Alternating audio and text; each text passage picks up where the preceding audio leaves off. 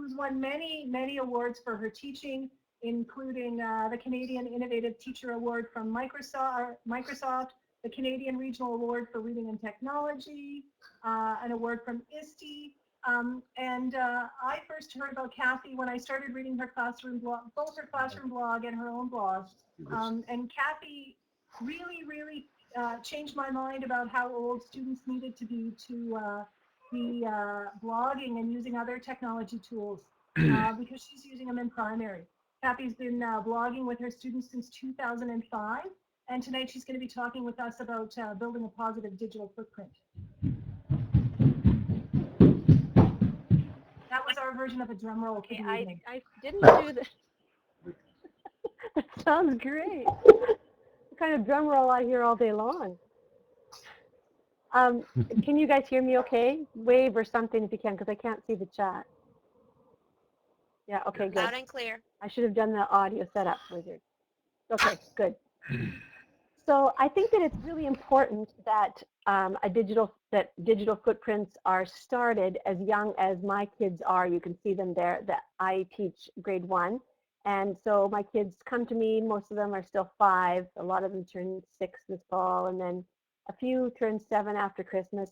But basically, they're 5 and 6-year-olds when they come in, and I don't think that that's too young to start with a digital footprint. I think that a digital footprint is like a literacy in this day and age. We need to, it's something we need to teach, and it doesn't happen by accident, and it's got to be done carefully. But I don't think that my kids are too young to do it, which is why I make it a point to teach it. It looks differently in grade 1 than it does and it's done differently in grade 1 than it is in high school or in other grades, but there's ways that my students can do it. I want to talk first of all about the things that I think are important for my kids to learn, and then I'm going to talk about 3 tools that we use and how we use them to help with our digital footprint. So the 3 things that I think that my kids need most to learn are A, how to be safe when they're creating their digital footprint, and B, what they would call how to be nice, but we would say how to do it well. And the third thing that they need to learn is that while you're creating this digital footprint, you can learn online. So how to be safe, how to be nice, and that we can learn. That's what we would call it in my classroom. The first way and the easiest way for my kids at this point, because most of them are still pre-writers. What they're writing is not yet readable to anybody, including their teacher at this point, although a few of them I can read, but nobody else can. So at this point, though, they can all talk, and so Skype is an obvious way to help to develop a digital footprint. So I'm going to show you some pictures that I have on my Flickr account that show some ways that we use Skype. We are not creating a footprint that is out there so much as we are learning how at this point to interact online. And so this is a Skype we did with Karen Lyman's class in Surrey, and we've learned together with that class many times. We have shared things like when we were both learning about fairy tales, we talked about characteristics of fairy tales that we saw at Christmas last year. We Skyped with them, and we just share the things that we're doing. This fall, we did a mystery number Skype with them. So the kids are learning how to interact properly online, and they're learning that we can learn with this other class. We can practice our numbers, we can do problems, we can do all sorts of things with them. So that's the first thing. In this picture, we are talking to a nurse, and we're talking to the nurse because we had questions about our heart and our brains and our lungs, and you can see the kids have the papers in their hand with each of them had a question or 2 that they wanted to ask. And so again, they're learning how to be polite and interact online, and how we can use it for helping our learning. This is another thing that we have done using Skype. So it's just my way to show that anybody can help your kids to learn online. You don't have to be a genius to do this. All we have to have is someone who's patient enough to listen to us reading, and then that person can be a help, because we always need people to listen to us read so that we can practice our reading fluency. The next step, or the next going out there, in order from being really closed to moving out there, the next step is to use Twitter. Twitter at this point in grade 1 is something that we all do together, because, as I said, my kids are pre-writers and they're pre-readers.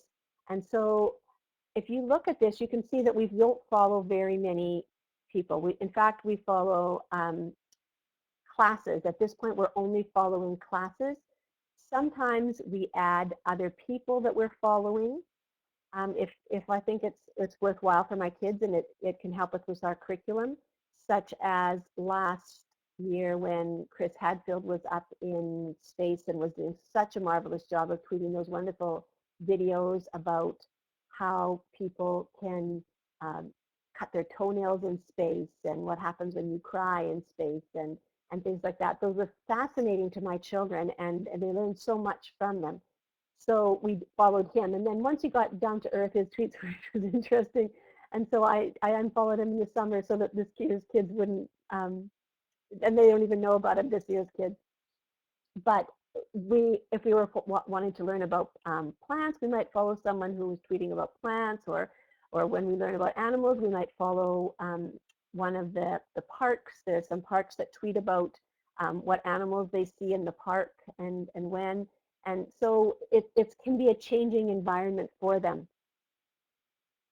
So at the beginning in my class, it looks like this. My kids are all sitting on the carpet in front of our smartboard, which is a very low smartboard. It's near the ground. And we make up the tweets together. We read the tweets together, and it becomes part of our language arts lessons. The kids, I point to the words at the beginning, and just now the kids are starting to be able to do that themselves, and so they point to the words and we all read out loud together. That's our group reading, and that's a very tried and true way to teach kids to read. And so we're reading those things. We used to read all together in what's called shared reading. We used to read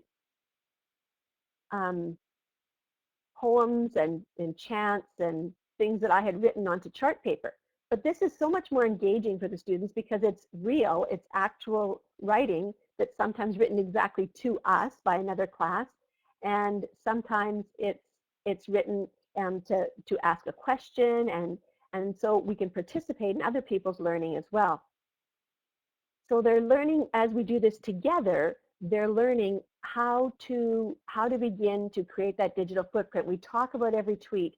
We talk about what you have to do when you write a tweet, and we make a chart together about what do you do when you write a tweet. And the last thing always is, before you tweet, the last thing always is reread your tweet. Actually, I know a lot of adults who probably should learn that skill, and sometimes I have put tweets out there that should have been reread as well. So it's an important skill. It's going out there. It was something we put online, will stay online, and so we want to make sure that we're only putting the best things out there. And if we say that, what will the other people think, and what will the people wonder if we put that? And so we want to say, and as I said before, we say nice things, and we tell other people good things that we think about their tweets. Often we'll use Twitter using hashtags. That's usually later on in the year as the kids become more proficient writers, and they can begin to write their own tweets, and they can tweet pictures of things that they have drawn. I start to let them tweet themselves, but my rule is Mrs. Cassidy sees it before it goes online. And my kids have been, in the last year, we're very good about doing that. We are one-to-one with iPads, so there is the potential for all of the kids to be tweeting at once. Later on in the year also, they'll start to read the tweets as part of I'll allow them to have that choice during their independent reading time. And if they want to read on Twitter, to see what's happening, then that's an option. So at this point, we're doing it together, and it's a gradual release of responsibility to, okay, now I think that you can tweet yourself, but I want to see it before you do that, before you put it out there. Sometimes at the beginning, I might have to put in brackets what they really wanted it to say because it might not be readable to the other people who are on Twitter. But for the most part, classes are following us, and kind teachers. And so they understand that these kids are doing the best that they can and that they don't know how to spell all the words, but that's a step in the writing process. So as the year goes on, they start to tweet more and more themselves. And then I introduce hashtags. I haven't done that yet, but I will when I find something that I think is a good thing for us to do. Perhaps it'll be around Christmas time. Last year, we tweeted with another class, some other classes, and we tweeted secrets about Santa. We made up things that we thought people should know about Santa, like, did you know that Santa really likes root beer, or something like that. And we tweeted with a hashtag about Santa secrets, and then we could use that hashtag to find what all the other classes were tweeting about. And we learned last year that you can't just put any hashtag. You have to look and see if other people are using that hashtag, because maybe other people are using that hashtag who aren't tweeting good things that are things you would want to read. And so that was something that we discovered together last year. And I'll try to avoid discovering it in a bad way this year. We'll try to discover that together in a good way. So that's something that we do in my class a lot of, is to use Twitter. One of the little boys in my class, last year I had a 1-2 split. And after the year was over, in the summertime, I was going through my list of the new followers, and clicking on who I wanted to follow. And there was one of my students' first and last name. There he was, following me on Twitter. And I had a moment of panic because, first of all, he was 7. He shouldn't have been on Twitter. But then I realized that clearly his parents would have had to set it up for him. And I looked at who he was following, and he was following his auntie, he was following me, and he was following Chris Hadfield. So I knew that he would be, and I kept check back every once in a while, and that's all who he still is following. And so I haven't bothered to contact his parents and say, do you know that you need to be careful about this, or anything like that, because clearly he's only interested in certain things. He wants to know what Chris Hadfield has to say. And it's honestly, I sometimes think about my tweets now, because there's a 7-year-old following me.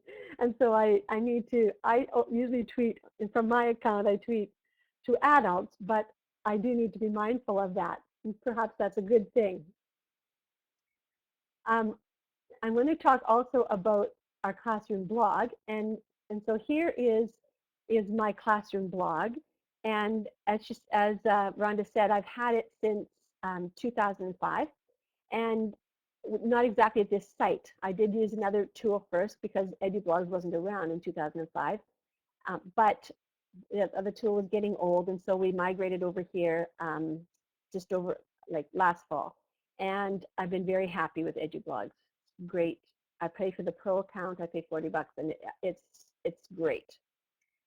So on this blog, I put pictures of things the students are doing, and there's a bulletin board. Here's a little video of somebody showing us something. And here are some pictures of on Halloween, what the kids were looking like, what we were doing in our classroom on that day, and so on down the line. I try to fill that in a couple of times a week. Now, usually the very first question that people ask as soon as I show that is, how do you do that? And so I'm going to answer that now, so that because it'll come up later if I don't.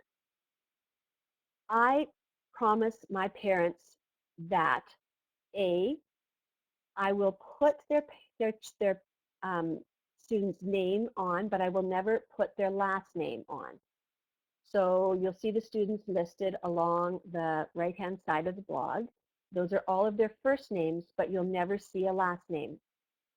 And down on the left-hand side, you will see pictures of my students, but you will never see a name attached to a face.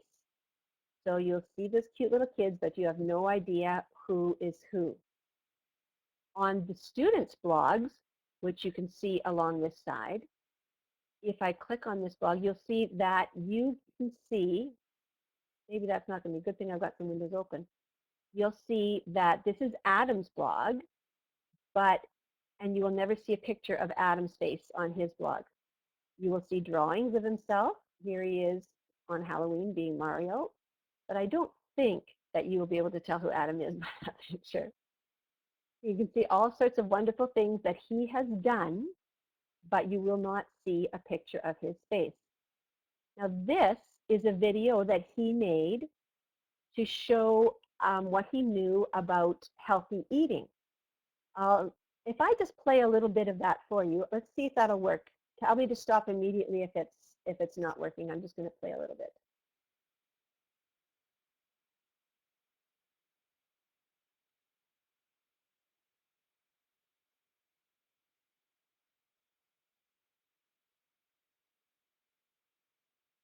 Okay, and it goes on like that.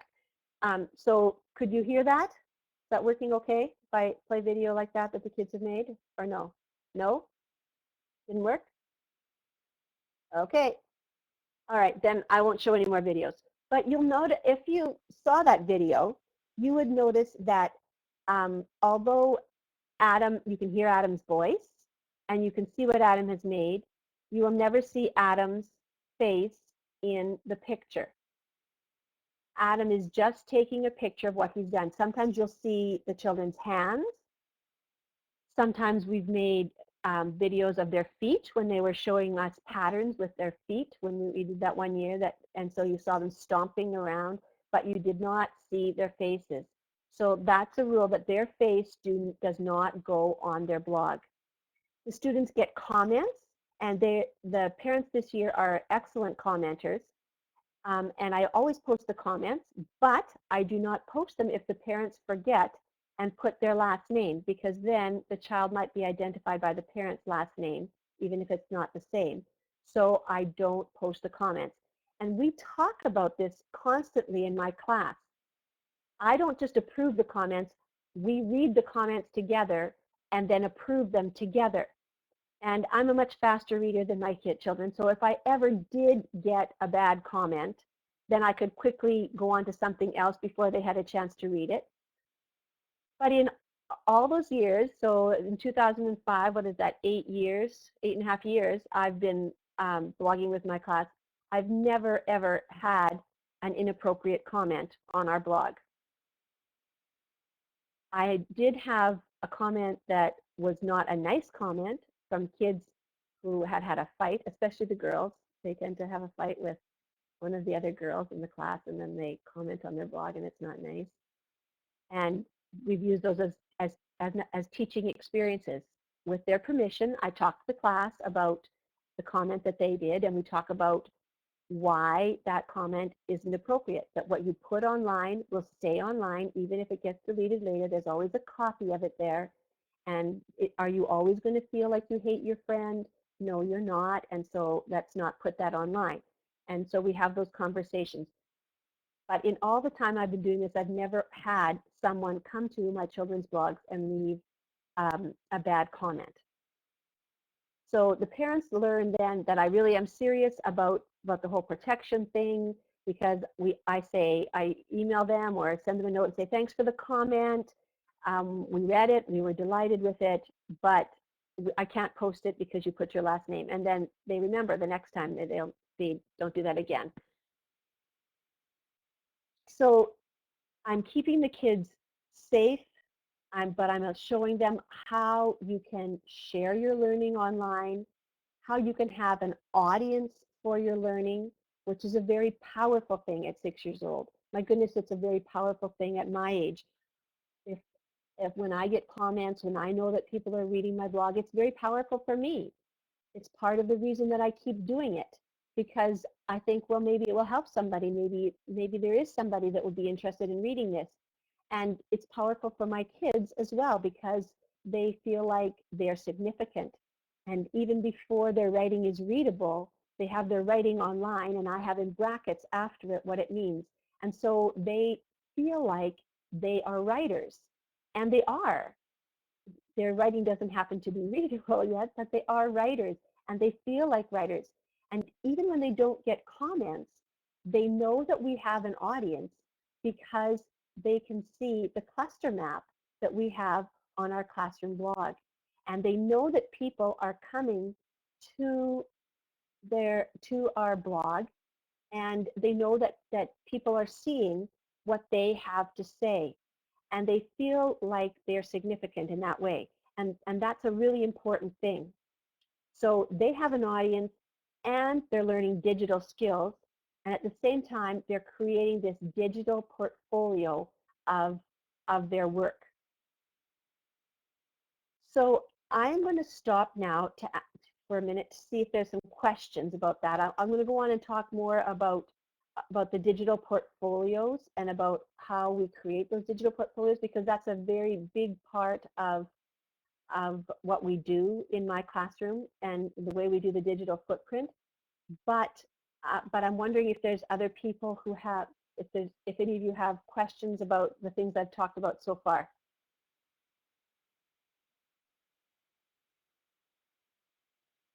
Kathy, I know that sometimes when portfolios and blogging come up, people ask about what happens when your students move on into the next grade. Do they, at your school, do they keep the same blog for the next year? What happens to them? At my school, there's one other teacher who is blogging, and it happens that he teaches right next door to me. And so when he teaches, sometimes he teaches grade 2 or a 1-2, and sometimes he has the 1, I have the 1-2. And when I have had a child in my class that moves on to his class, we were both using the same tool before. And when that happened, then so when the kids from my class would move to his class, he would pull those kids. It was Class Blogmeister we were using, so he would pull those kids into his.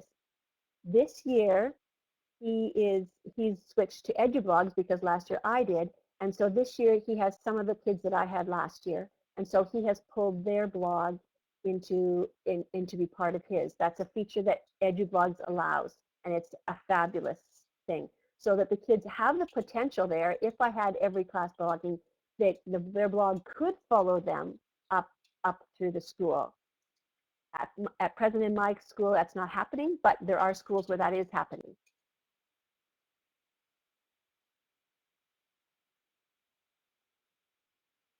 Great, thanks. Kathy, I had a question Anybody else have any earlier. questions? Let me see. I typed it out because I know I'm going to forget. I asked about whether I'm curious. You mentioned just now as you were talking, you said, "Oh my God, now I've got a 7-year-old who is following my tweets." So for people who haven't started yet, do you think it's safer to then have dual identities if you are going to be a teacher of very young kids and you want to train them? I asked this question because when I created my very first Facebook identity, I was an early adopter, so that was way back in the early 90s, and I was teaching college students, but I became a victim of my own students because I had a stalker among my own students, and I ended up having to drop out of Facebook, literally drop out for 7 years because I got really scared. I had some pretty funky, strange students sort of stalking me online for several years. But if you're dealing with very young kids, anything can happen, and it happened to me with college students. So what's your opinion on that? Do you think we should teach students with a different identity and then having your own identity? And it's not just a question to you, it's actually open to anybody who wants to. Does somebody else want to answer that? Okay. Well, my personal I have opinion to is ask the hard that questions, right? no, I just wanted to see if anybody else had something, because I do have an opinion on that. My opinion is that Okay. you don't, when I'm on Twitter, I don't want to be following tweets that were created by 6-year-olds in my account.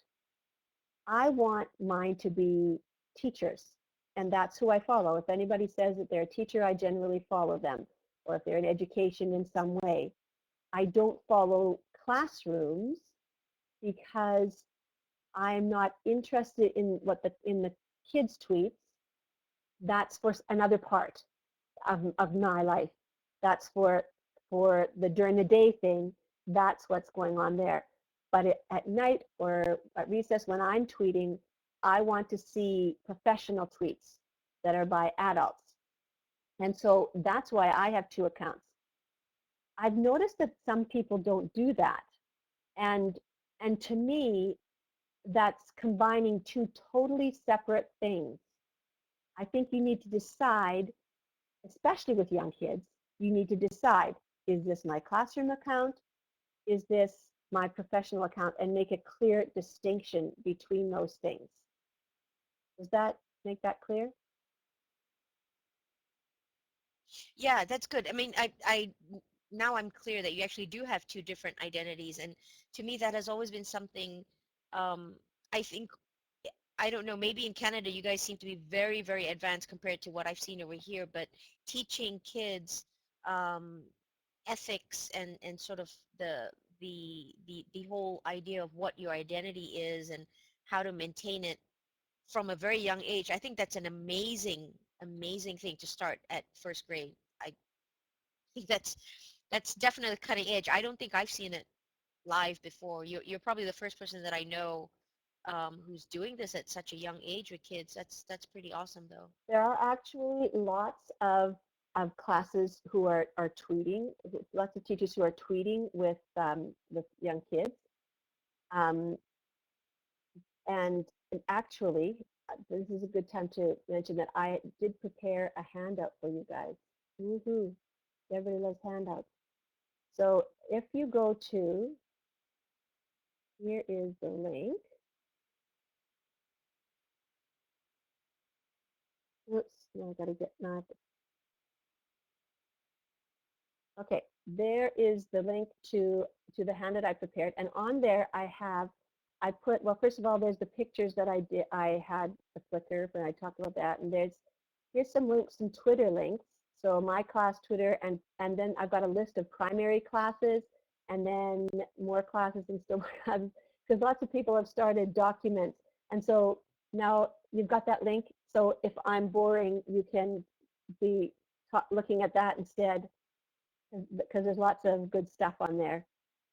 So there are lots and lots of classes that are on Twitter. We don't follow older classes because they're talking about and learning about totally different things than us. We follow primary classes. I'm glad you like handouts. I was going to mention about the Facebook thing. I saw somebody put a comment about that as well. I've never been a big Facebooker. I'm not sure why. I've never been, I have an account, but I've never been a big, I rarely post things on it. But this year, I came to realize that the parents of my students, that's where they are. You know, I do all these things and I say, oh yeah, you're welcome to be, you know, follow us on Twitter and come to our blog, and that's great, except that they're not on Twitter and they don't really come to the blog. And so this year I thought, you know, I really need to start going where they are. And so they're on Facebook. So what I did was I created a separate page under my account, but it's not linked to my account in any way. So you can't from that page get to, you know, I'll give you the link to it so that you can see that it's totally separate from, I don't know what'll happen if you get that page there. Why didn't it go there?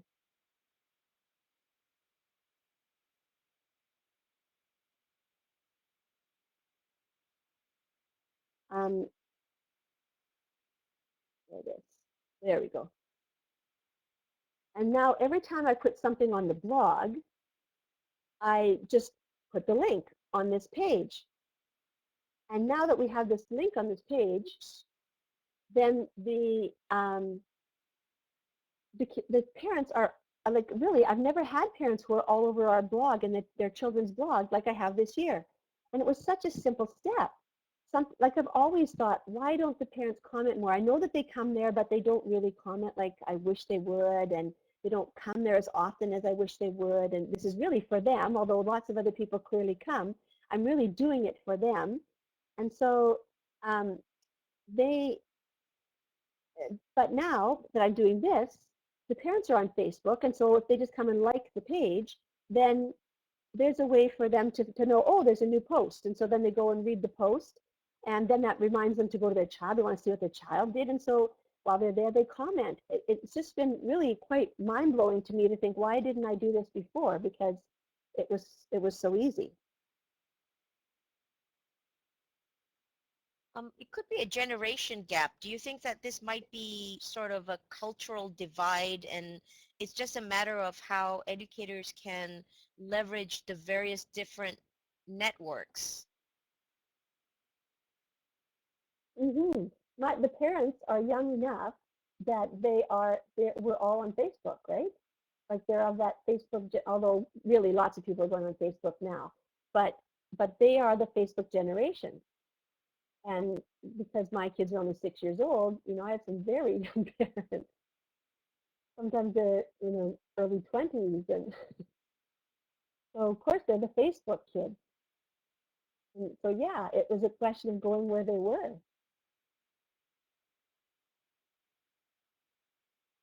Are there any other questions about what I've talked about so far?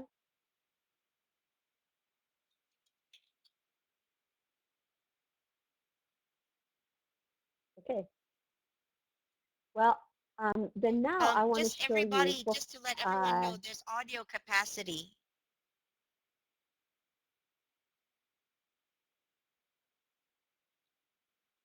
Okay, so there's the document again that I shared with you.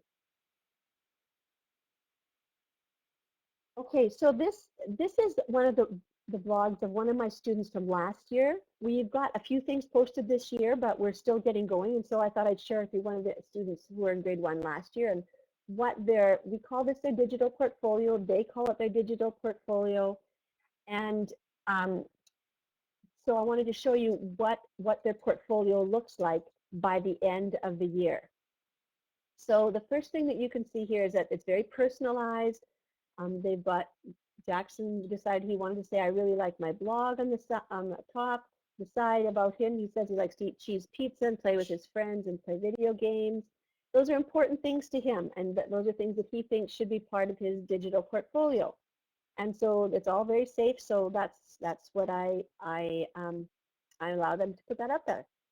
So the first thing is a podcast of his reading, and he chose this book called The Halloweener, and then made a podcast to show his reading fluency. We do that a couple of times through the year so that they can show how their reading fluency is improving through the year, and they just take a picture of what they have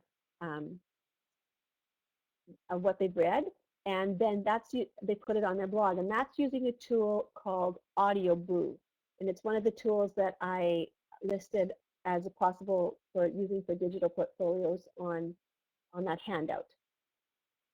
And part of the portfolio too is that I think kids should have choice about what goes on their blog.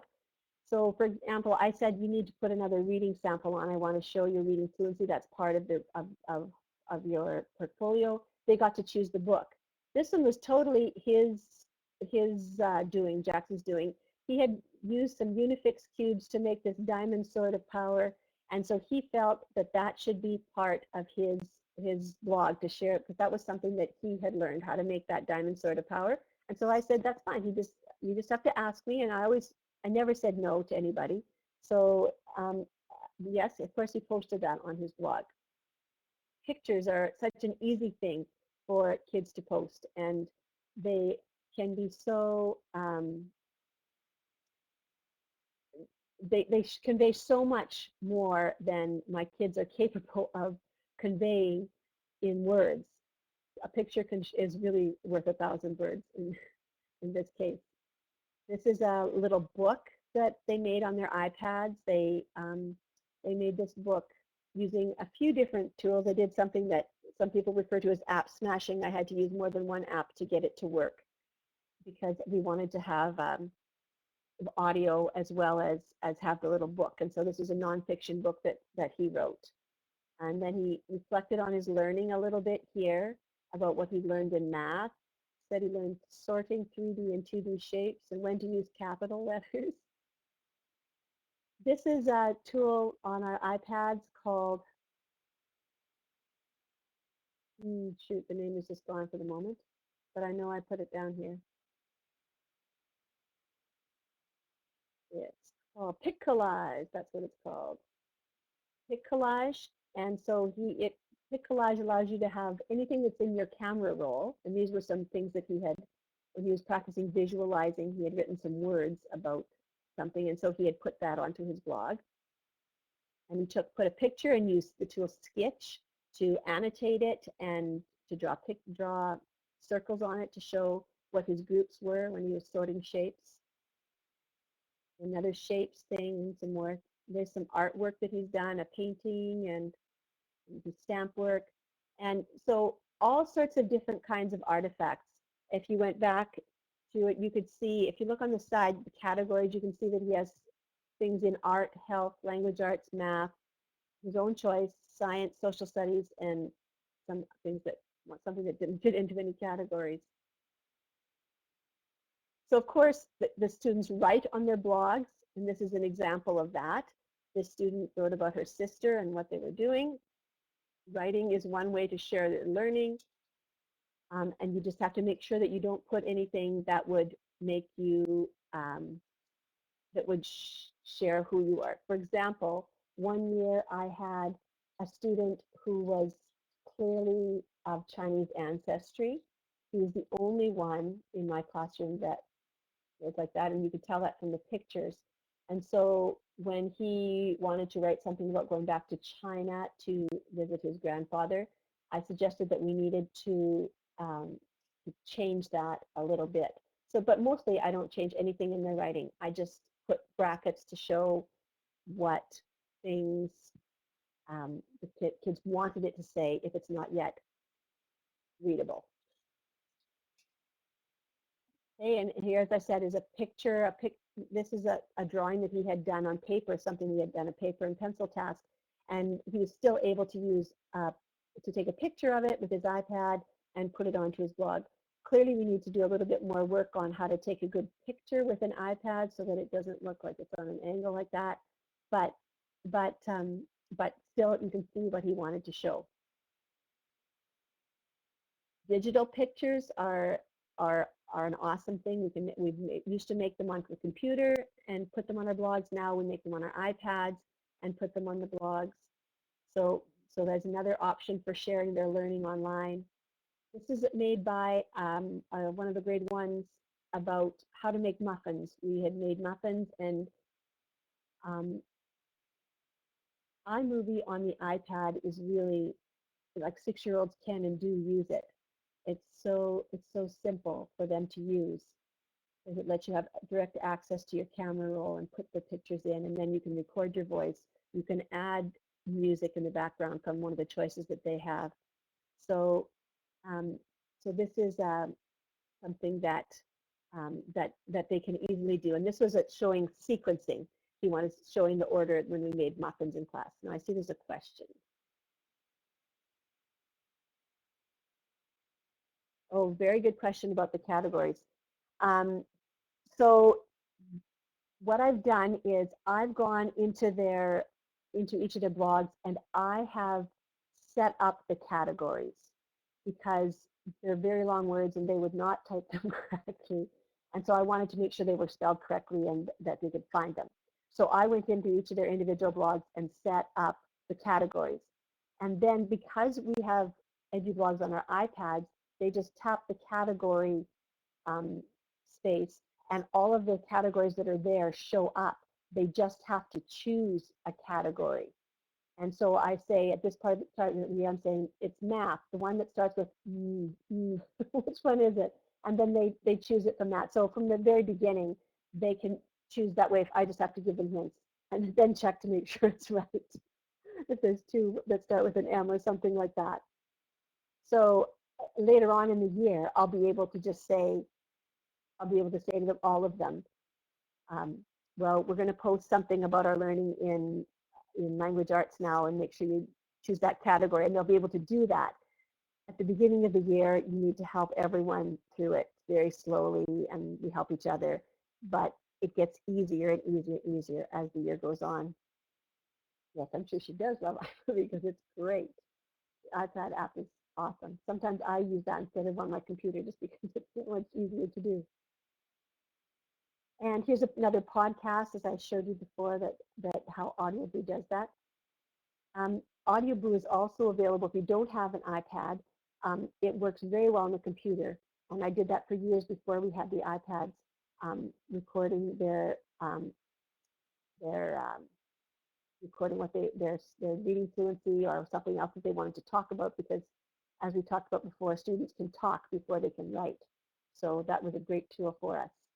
You can't actually get the embed code off the AudioBoo app. You have to go to the computer to do that. This is on my old blog. This is on when we were on Class Blogmeister. And this is an example of a student using a tool called Storybird. Storybird is great because the students don't have to draw pictures. There are fully drawn artist pictures there, and you just choose the pictures that you want and drag them in, and then you can add your own words to it. And so he made up a story problem about horses, and so then he made the cover, and I won't click on it because I'll think it'll work, if you can see that.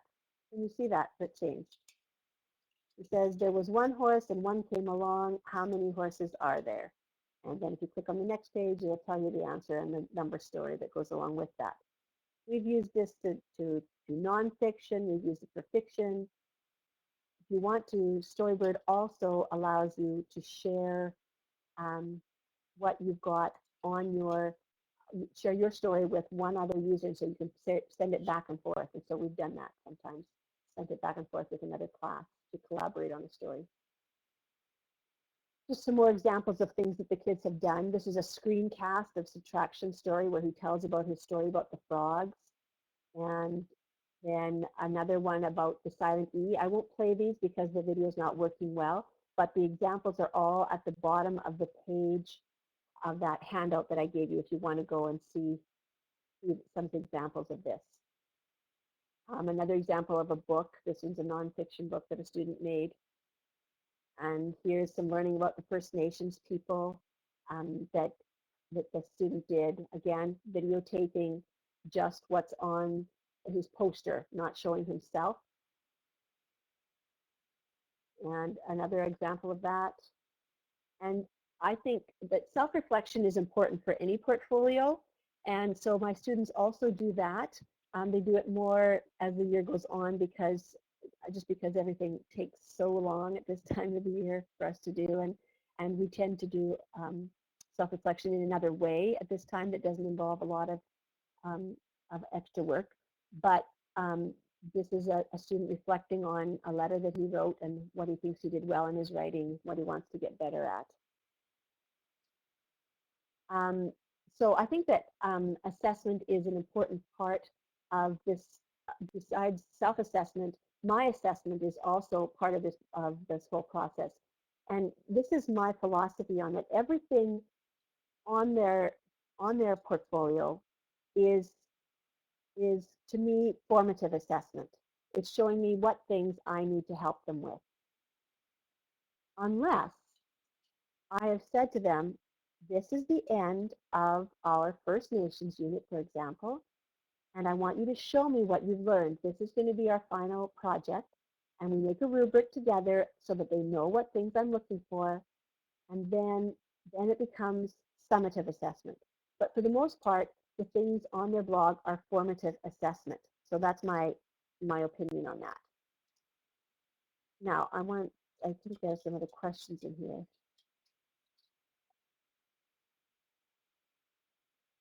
Yes, I do talk to parents about this. Um, More I'm showing them than I'm telling them about it. I have them in the second week of school to explain how we're going to be using our blog, and then the parents see it throughout the year. And I use the portfolio at our student-led conferences. I just had 4 of them after school today, and we project their blog onto the whiteboard, and the students choose some things that they think they've done a good job of, and with their parent, they share with their parents what they think they did a good job of, what they want to get better at, and then those things are, and then we set goals based on what their students have done. And so it's a process through the year of educating parents about how it works. You know, in all the time I've been doing it, I haven't had any parents that said, no, we can't have my child involved in this, once they see the safety things that I have in place. I've had some parents who questioned it before I said, okay, just give me a minute to talk about this. But once they've seen the safety things, so that would be, this is my 9th class then of kids. And, you know, the first year I had somebody who said, I'm not sure about the picture, but once she felt assured that I wasn't going to be using, that I wasn't going to be putting her daughter's name with the picture, she saw that I was careful about that, then she allowed me to. And so I've had 100% buy-in to what I'm doing.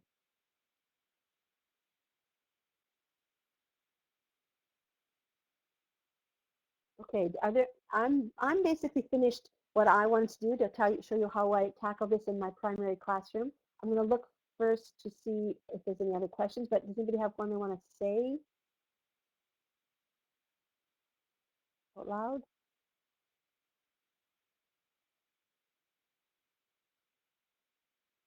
Everybody has audio capacity in case people are not aware. I've made sure everyone has the ability to turn on their microphone if they'd like to. The microphone icon is at the top of the screen, so you can just click on it and talk.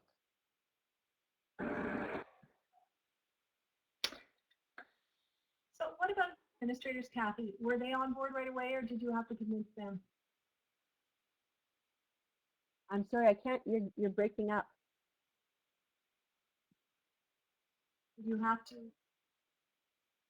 Did you have to convince your administrators at your school that using technology was useful, or were Okay, they already on so board? I've been doing this for a long time. I was doing this before it was a thing. And so my administrators really didn't have a clue what I was doing at that point. Um, I tried to explain it to them, but they really didn't understand what I was doing. And so by the time the administrators came along that did know what I was doing, like I'd been doing it for a long time, and so there was no problem there. I should say that I was very fortunate that Dean Sharesky was my technology consultant when I first started. He really mentored me and helped me to get started on the blog. When I heard about this and said, do you think this would work with 6-year-olds? And he was crazy enough to think that yes, it would. And so he helped me to get started on that, and I was very fortunate. And so it was a consultant who was helping me, so they really couldn't say too much about that. Um, the thing I should say about my administrators is that while they haven't always understood what I was doing, nobody has ever said, stop that. And, some of them have been extremely good in helping me to get the tools that I needed. Um, if I needed a new webcam, then they'd say, sure, yeah, you need to do that, go get it.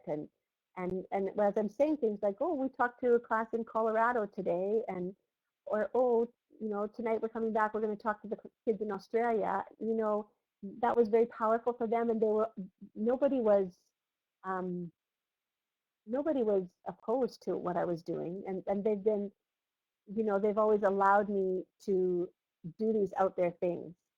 So I really appreciate that.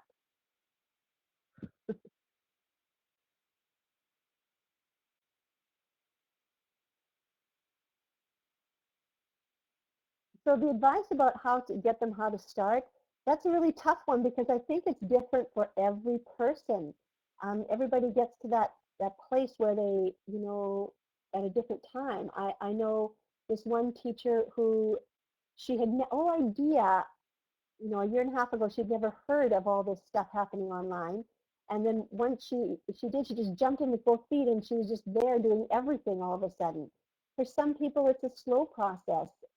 So I think that people have to decide what do they feel comfortable with, you know, and what do you want to be able to do with your class? Maybe you just want to be able to do some projects and start Skyping with other classes and learn that way with your class. Maybe you feel like you want to try Twitter, or maybe you want to do Facebook. There's lots of teachers who are just doing Facebook. Um, Maybe you want to try a blog, just a classroom blog. It, it's different for every teacher, and I don't think there's any one way that we can do it. Clearly, if I had the answer to how to help other teachers get started, my whole school would be doing it, but they're not. And, I've had teachers who have come to my school and been very gung-ho, and then, they've left. And so I don't have somebody else right now that's really gung-ho. Well, except for the teacher beside me, he is.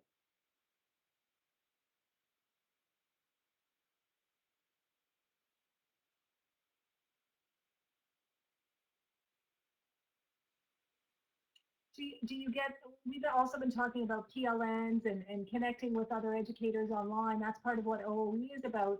Do you find then that you get support from other teachers Oh, that you connect with absolutely. online? Oh, I can't remember how I did it before they were around, like before I had this PLN. It's amazing how I've come to rely on being able to ask a question on Twitter. And it's amazing the things I learned that I never thought to ask. Every day, I'm blown away by, oh, look at that. That is so great. And, I'm very hooked into First Chat because all the grade 1 teachers are there. And I check it every day to see, what people are doing. And it's helped me so much to be a better teacher.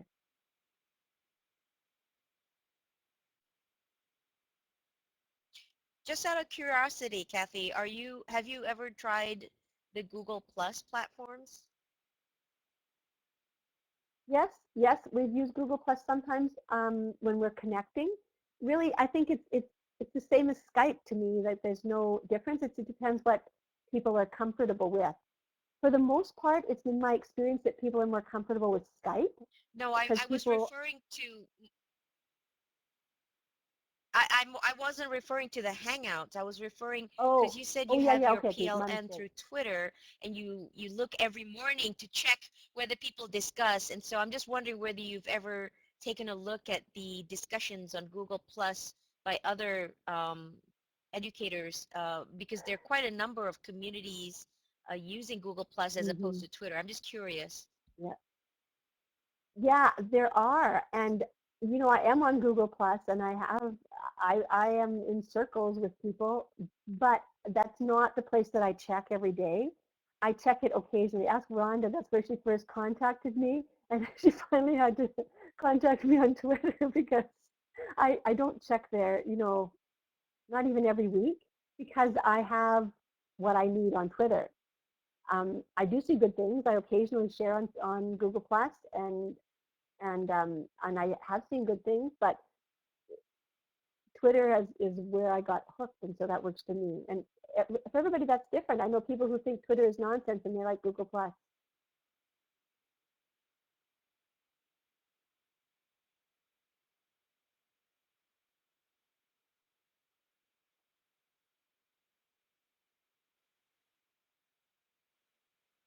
Kathy, I forgot to mention your book, but will you please Oh, sure. advertise your new book for Okay, us? my new book is called Connected from the Start: Global Learning in the Primary Grades, and it was published by PL Press.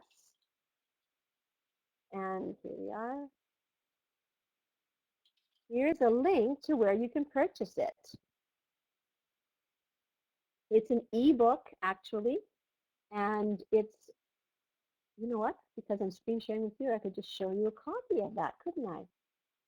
What it is the story of how I got started, and it's the story of, well, that's not working very well. That's going to be slow. We won't do that.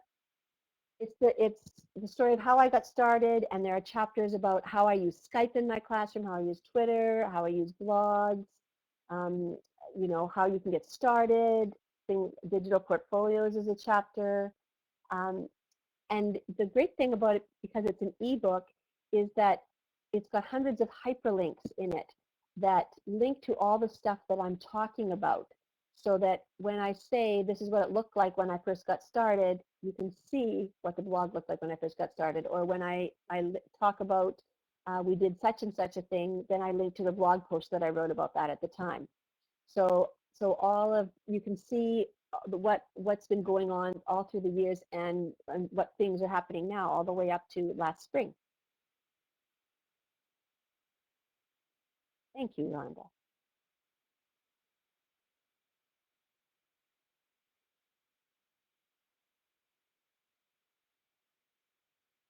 What did you publish your ebook using? What Who authoring published it? tool? Just curious.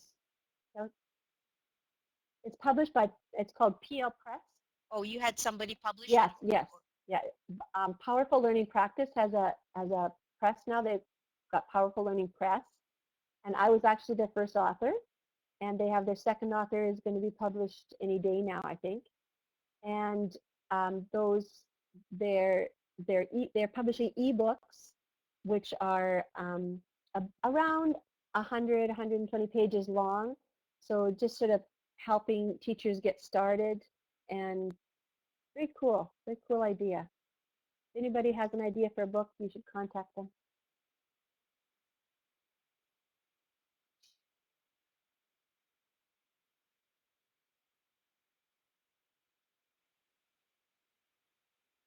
Well, I know we started a little bit late, but I know we're going a little bit over.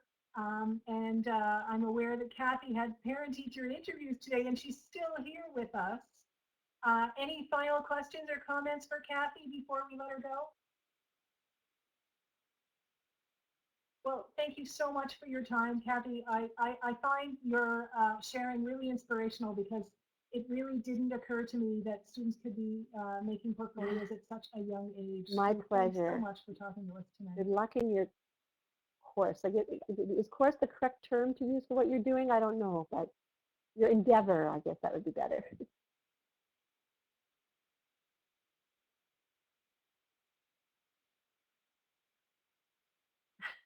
We've had discussions about what to call it, because it's MOOC-like, but it's year It long. rhymes with So I forever like that too, endeavor. so maybe we're a PLN. Coincidence? I think not.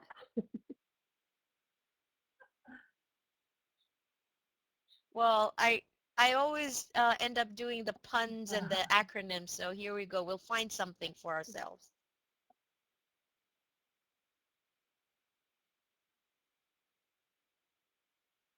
Well, thanks everyone. And next week we're going to be doing a Twitter chat about digital leadership. We hope to have some students and teachers there, and we'll send the information out on Twitter.